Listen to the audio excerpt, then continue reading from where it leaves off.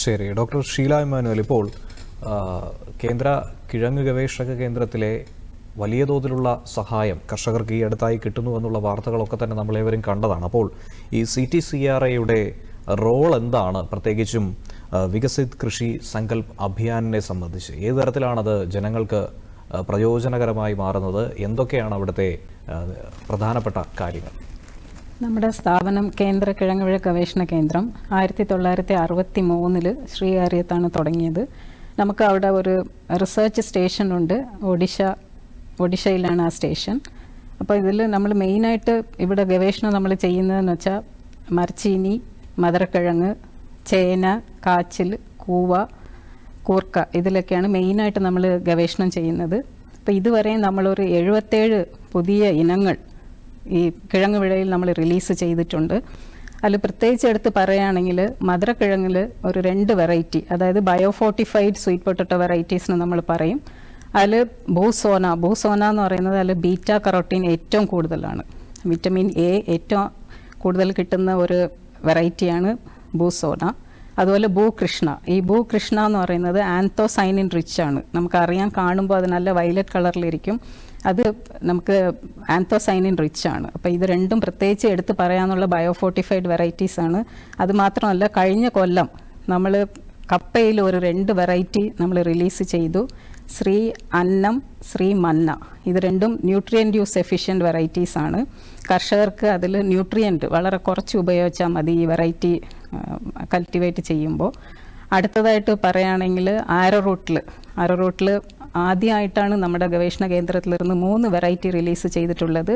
ശ്രീ ആദ്യ, ശ്രീ കാർത്തിക്, ശ്രീ നക്ഷത്ര. അപ്പോൾ ഈ 3 വെറൈറ്റിയുടെ പ്രത്യേകത എന്തെന്ന് നമ്മൾ നോക്കുകയാണെങ്കിൽ അതിൽ സ്റ്റാർച്ച് കണ്ടൻറ്റ് 18 തൊട്ട് 24% വരെ ഇതിൽ സ്റ്റാർച്ച് കണ്ടൻറ്റ് ഉണ്ട്. ഇത് മാത്രമല്ല, നമ്മൾ മരച്ചീനിയുടെ ഇലയിലിരുന്ന് ഒരു 3 ബയോ ഫോർമുലേഷൻസ്, അതായത് നന്മ, മേന്മ, ശ്രേയ, 3 എണ്ണം നമ്മളതിൽ എക്സ്ട്രാക്ട് ചെയ്തിട്ടുണ്ട്. അത് ശരിക്കും ബനാനാക്കും വെജിറ്റബിൾസിനും വളരെ അധികം യൂസ്ഫുള്ളായിട്ട് ഇഫക്റ്റീവായിട്ടുള്ള ഒരു ബയോ ഫോർമുലേഷനാണ്. നല്ല ഫീഡ്ബാക്കാണ് ശരിക്കും ഫാമേഴ്സിൻ്റെ ഇടയിൽ നിന്ന് നമുക്ക് ഇതിൽ കിട്ടിയിട്ടുള്ളത്. ഇതിന് പുറമെ നമുക്ക് എല്ലാവർക്കും അറിയാം, കപ്പയെ സംബന്ധിച്ചോളം നമുക്കൊരു 3-4 ദിവസം കഴിഞ്ഞാൽ അത് വയ്ക്കാൻ പറ്റത്തില്ല. അപ്പോൾ അങ്ങനെ വരുന്ന കണ്ടീഷനിൽ എങ്ങനെ ഇതിൽ വാല്യൂ അഡീഷൻ ചെയ്യാം, അപ്പോൾ അതിന് നമുക്കൊരു ടെക്നോ ഇൻക്യുബേഷൻ സെൻറ്റർ നമ്മുടെ ഇൻസ്റ്റിറ്റ്യൂട്ടിലുണ്ട്.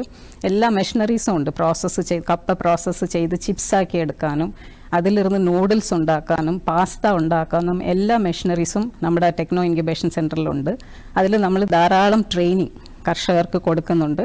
കർഷകർ അവിടെ വന്ന് കപ്പയെ ചിപ്സാക്കി മാറ്റി അവർക്ക് എടുത്തുകൊണ്ട് പോകാനുള്ള എല്ലാ ഫെസിലിറ്റീസും നമുക്ക് ആ പ്രോസസ്സിംഗ് സെൻറ്ററിലുണ്ട്. ഇനി ഈ VKSA പ്രോഗ്രാമിനെ സംബന്ധിച്ചോളം നമ്മുടെ ഏതാണ്ട് ഒരു 38 സയൻറ്റിസ്റ്റ് നമ്മൾ ഈ പ്രോഗ്രാമിന് വേണ്ടി ഡെപ്യൂട്ട് ചെയ്തിട്ടുണ്ട്. ട്രിവാൻഡ്രം തുടങ്ങി കാസർഗോഡ് വരെ എല്ലാ ജില്ലയും നമ്മളിതിൽ കവർ ചെയ്യുന്നുണ്ട്. 3 ടീമായിട്ടാണ് പോകുന്നത്. ഓരോരോ ടീമിലും, അതായത് ടീം A അതിൽ 2 KVK സ്റ്റാഫും നമ്മുടെ 2 ശാസ്ത്രജ്ഞന്മാരും ആ ടീമിൽ ചേർന്നിട്ടാണ് ഈ പ്രോഗ്രാം നടത്തുന്നത്.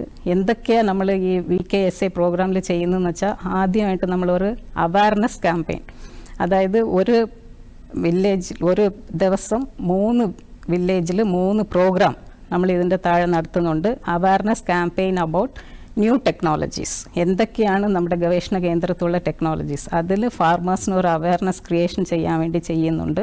ഇതിന് പുറമെ ഫീൽഡ് വിസിറ്റ്, നമ്മുടെ സയൻറ്റിസ്റ്റ് ഫീൽഡിൽ പോയിട്ട് അവർക്ക് എന്തൊക്കെയാണ് ആവശ്യം അവിടെ വെച്ച് തന്നെ ഡിസീസ് ഡയഗ്നോസ് ചെയ്ത് അതിനുള്ള അഡ്വൈസറീസ് കൊടുക്കുന്നുണ്ട്. 3ാമത് നമ്മൾ ഈ പ്രോഗ്രാമിൻ്റെ താഴെ അതിനുള്ള അഡ്വൈസറീസ് കൊടുക്കുന്നുണ്ട്. 3ാമത് നമ്മൾ ഈ പ്രോഗ്രാമിൻ്റെ താഴെ ചെയ്യുന്നത് ചെറിയ ഡെമോൺസ്ട്രേഷൻസ് ആണ്. ഫാമേഴ്സിൻ്റെ ഫീൽഡിൽ തന്നെ നമ്മൾ ഡെമോൺസ്ട്രേഷൻസ് ചെയ്യുന്നുണ്ട്. അതുമാത്രമല്ല, പ്ലാന്റിംഗ് മെറ്റീരിയൽസ് കൊടുത്തിട്ടുണ്ട്. കപ്പയുടേതും സ്വീറ്റ് പൊട്ടറ്റോയുടെ പ്ലാന്റിംഗ് മെറ്റീരിയൽസ് നമ്മൾ ഫാമേഴ്സിന് ഇതിൻ്റെ താഴെ കൊടുക്കുന്നുണ്ട്. ഇതിന് പുറമെ നമ്മൾ എല്ലാ പബ്ലിക്കിനും ഒരു പബ്ലിസിറ്റി കൊടുക്കാൻ വേണ്ടി സോഷ്യൽ മീഡിയ, അന്നന്ന് നടക്കുന്ന പ്രോഗ്രാംസ് നമ്മൾ ഫേസ്ബുക്കിൽ ഇടുന്നുണ്ട്, അതുപോലെ ട്വീറ്റ് ചെയ്യുന്നുണ്ട്, ഇൻസ്റ്റാഗ്രാമിൽ ഇടുന്നുണ്ട്. പബ്ലിക്കിനും കംപ്ലീറ്റ് ഇതിനെക്കുറിച്ച് ഒരു അവയർനെസ് കൊടുക്കാൻ വേണ്ടി എല്ലാ എഫേർട്സും ഇതിൻ്റെ താഴെ നമ്മൾ ചെയ്യുന്നുണ്ട്.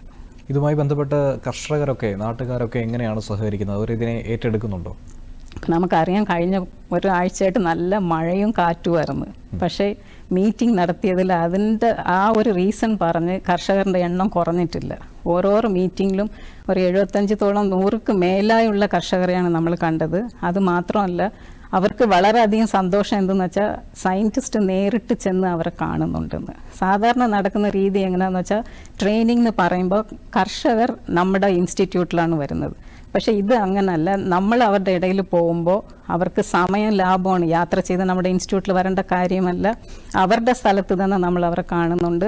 അവരുടെ എല്ലാ പ്രശ്നങ്ങളും അവർ നമ്മളോട് ഈ ഓരോരോ മീറ്റിങ്ങിലും അവർ പങ്കിടാറുണ്ട്. വളരെയധികം കർഷകർക്കും നമ്മുടെ സയൻറ്റിസ്റ്റിനും KVKയിലുള്ള സ്റ്റാഫിനും വളരെ വളരെ പ്രയോജനകരമായിട്ടുള്ള ഒരു പ്രോഗ്രാമാണ് ഇത്.